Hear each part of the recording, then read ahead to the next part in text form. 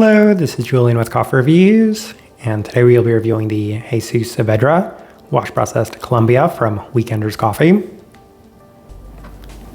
And there's the bag right there.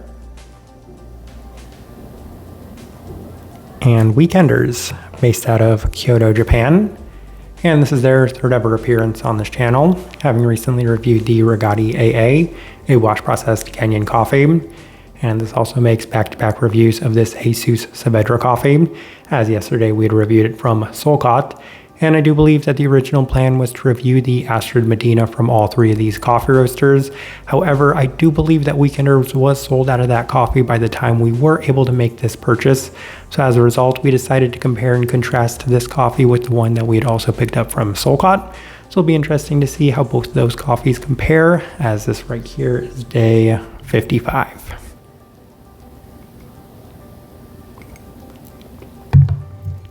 And recipe we went with for this one was also a significantly toned down one at a 15:1 water to coffee ratio, brewed at 90 degrees Celsius, about 193 degrees Fahrenheit. And I like this one best through the Chemex, which usually indicates a more medium grind. However, we also went a little bit more coarse on that grind as well. Now, roast profile for this one, we've kind of alluded to it in the entire series of these coffees that we've reviewed up to this point, as this one was also a fair bit more developed than we were expecting going into it. And when comparing it with the one that we'd reviewed from Solcott, this one actually did feel the more developed of those two coffees, as we were definitely able to get some more of those smoky characteristics from this one. So as a result, just like with the Regati, I will say that this one was pretty close to being on the more medium side of things, perhaps on the slightly lighter side of that medium, but even then it definitely did skew a little closer towards that medium side by most standards and metrics. With all that out of the way, let's go and start discussing this coffee. Day 26, first impression through the V60, and given that this was the first coffee from Weekenders that we did try when we did open up these coffees, I was just really surprised at how developed it did turn out given our previous experiences with this coffee roaster. And I mentioned that it was essentially two singular cups of coffee that we had had when we were out in Kyoto trying their coffee at their coffee shop, and even then I didn't experience this level of development to them at that moment, so I was really surprised to have it turn out the way that it did. It was skewing primarily on the more traditional side of things, with a mostly chocolate base complemented by a bit of brighter citric qualities to it. So overall, it was an okay first impression, certainly not what I was expecting based off of our previous experiences. Day 29 through the Chemex, and there was definitely a similar sentiment this time around, as it does feel a little bit more robust than expected. It was made up for on the back end though, with some nice structure and sweetness, a lot of the listed dark berry qualities to go with a more prominent cacao base, and a lingering nuttiness to it as well, which are some characteristics that we also had from the Solcott version of this coffee. So positives to take away. We'll go ahead and move on to day 32 as we opted for the UFO brewer, and it has generally stayed in line with our earlier experiences with this coffee, as it definitely still has plenty of those slight, robust, harsh characteristics to it yet again. Prominent smokiness with an abundance of the traditional qualities making up the base of this one, mostly nutty and chocolate forward once again, so pretty on par with a lot of the earlier days as well. Day 35 through the V60 with Weekenders recipe, which once again is a 16.67 to 1 and 93 degrees Celsius.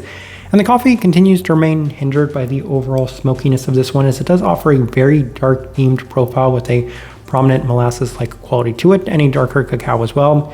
Some slight fruit brightness, but the overall experience has been once again pretty heavily robust, which was also in line with our experiences with the Regati that we had from them as well. Day 38 through the Chemex with the same adjustments, and the coffee was a little better, as it does seem to have more of the dark sweet qualities to it, but it continues to remain hindered by the overall smoky qualities to them, with a very heavy cacao once again. And that seemed to be the theme every time we brewed this coffee was off brew. I said, okay, this is fine, but the way that it cooled down did seem to leave a very lingering, more roasty quality to it. Day 41 through the V60 with even lower extraction adjustments, so we went lower on the temperatures, down to 90 degrees Celsius, and an even more coarse grind. And the coffee is better, as it definitely did seem to help tone down some of the more heavier qualities of it. Still on the more traditional side of things, with a darker berry grape this time around being the more prominent fruit quality to it, but it continues to remain just mostly very traditional once again, so a lot of that cacao, a lot of that nutty quality, a lot of that more caramelized, darker molasses-like quality to it once again. On day 44, through the Chemex with the same adjustments, and it also did seem to help this brew method. But the big differentiating quality that we've received between these two coffees, and it did help that by this time we had a lot of familiarity with the Jesus Saavedra from both Solcott and Weekenders, was that the Solcott version of it felt significantly less roasty and significantly less bright, as I was really surprised by the way that this coffee skewed in those two specific directions, especially given that there are contrasting characteristics to it. It was significantly more bright than the Solcott version, but at the same time it had significantly more of those roasty developed qualities, as at this time, by the time we'd gotten to this stage with the Solcott coffee, I had significantly toned down those more roasty qualities to it, but I had a much more difficult time toning those qualities down with this Weekenders coffee, as the focus continues to remain on the darker chocolate qualities to it, but also that contrasting tropical citric brightness once again. So just weird the way that these two coffees compared to each other, as honestly, if you would have served them to me on a cupping table, I wouldn't have been able to tell that they were the exact same coffee. Day 47 through the Chemex, and there's a similar sentiment once again as it continues to remain unusually bright, and by the time we got to this day 47 mark, the coffee just seemed to skew a little bit more in that direction. So on the earlier days, we didn't mention it too much. It was there and it was noticeable largely because it wasn't as prominent in the Solcott coffee, but for whatever reason, the later we got in this coffee, the more it seemed to skew in that slightly uneven bright sense with this one, as there's a bitter grapefruit-like quality to it, with the rest of the experience being very robust once again. Adjustments have toned down a little bit of these smokier qualities, leading to some slightly better balance, but for the most part, it continues to remain a little bit more robust and traditional, with a focus and emphasis on the heavier cacao-like characteristics. All right, let's go ahead and put up the tasting wheel so you can see what we're getting.